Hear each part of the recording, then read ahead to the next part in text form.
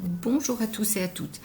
Je reviens vers vous aujourd'hui pour vous expliquer, ou en tout cas reprendre, l'ensemble des éléments qu'on a vus sur ce chapitre, comment se forment les prix sur un marché. Donc je vous propose de faire 3 parties. La première partie, c'est d'essayer de revoir avec vous comment, ce qui figure ici finalement, comment dans un modèle simple de marché, la demande décroît avec le prix, l'offre croît avec le prix. Comprendre ensuite comment se fixe et s'ajoute le prix dans un modèle simple de marché. C'est ce que nous allons trouver dans ce deuxième point. Donc en fait, le marché, son mode de fonctionnement et quelle est son utilité en économie. Et puis je vous propose une deuxième capsule, un deuxième volet qui concerne le nouveau paragraphe que vous aviez à étudier, à savoir les effets des taxes et des subventions sur le marché et surtout sur le comportement des agents économiques. Voilà, alors je voudrais que nous fassions 2 points avec vous pour que vous vous assuriez, premièrement, d'avoir bien compris ce paragraphe et deuxièmement, d'être capable de voir comment nous allions fonctionner. Alors, nous y sommes. La diversité des marchés, c'était le premier point.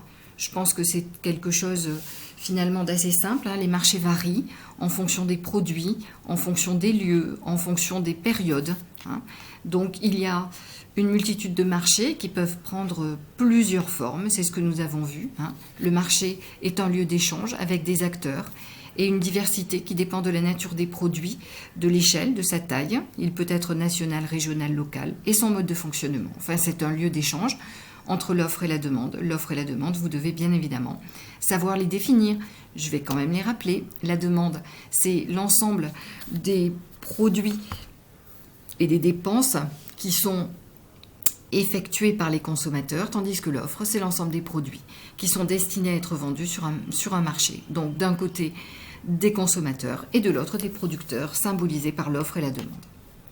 Ensuite, nous avons montré comment les prix influencent l'offre et la demande. D'abord, la demande est une fonction décroissante du prix.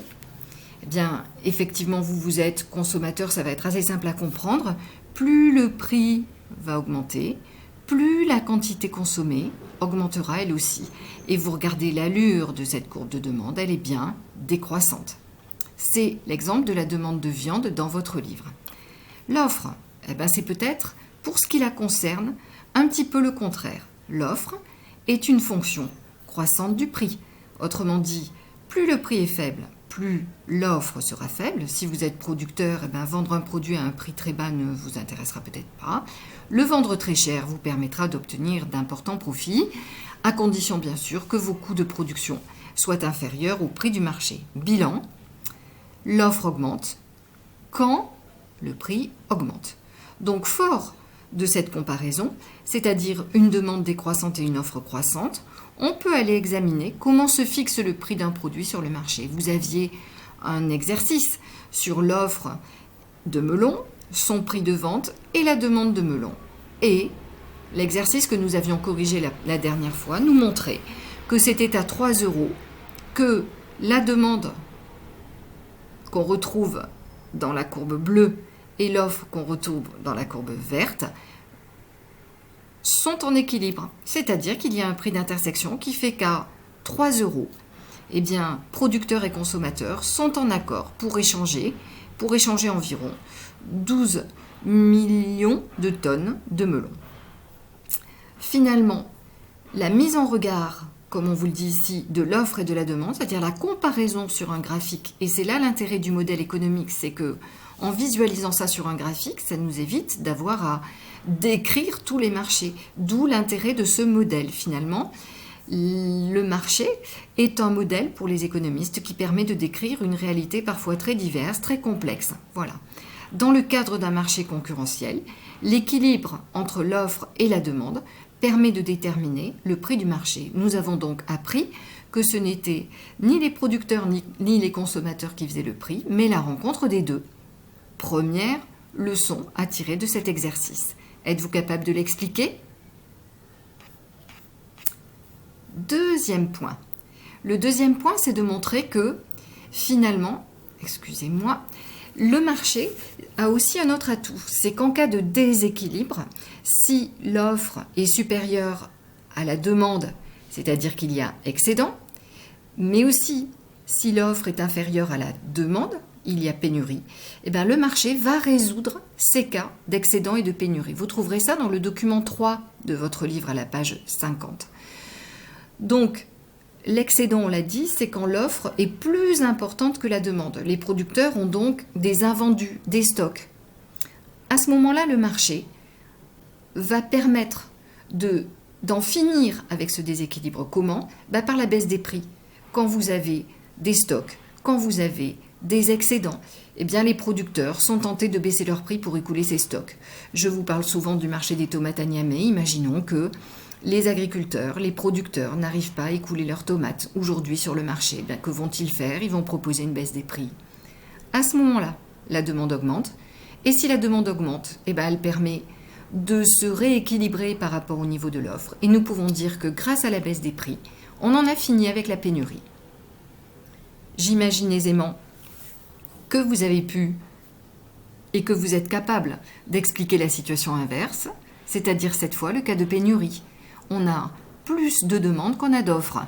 Alors dans ce cas, si la demande est excédentaire par rapport à l'offre, les prix feront le contraire, c'est-à-dire que les prix en augmentant vont dissuader les consommateurs d'acheter ce produit. Et en dissuadant les consommateurs d'acheter ce produit, la demande diminue.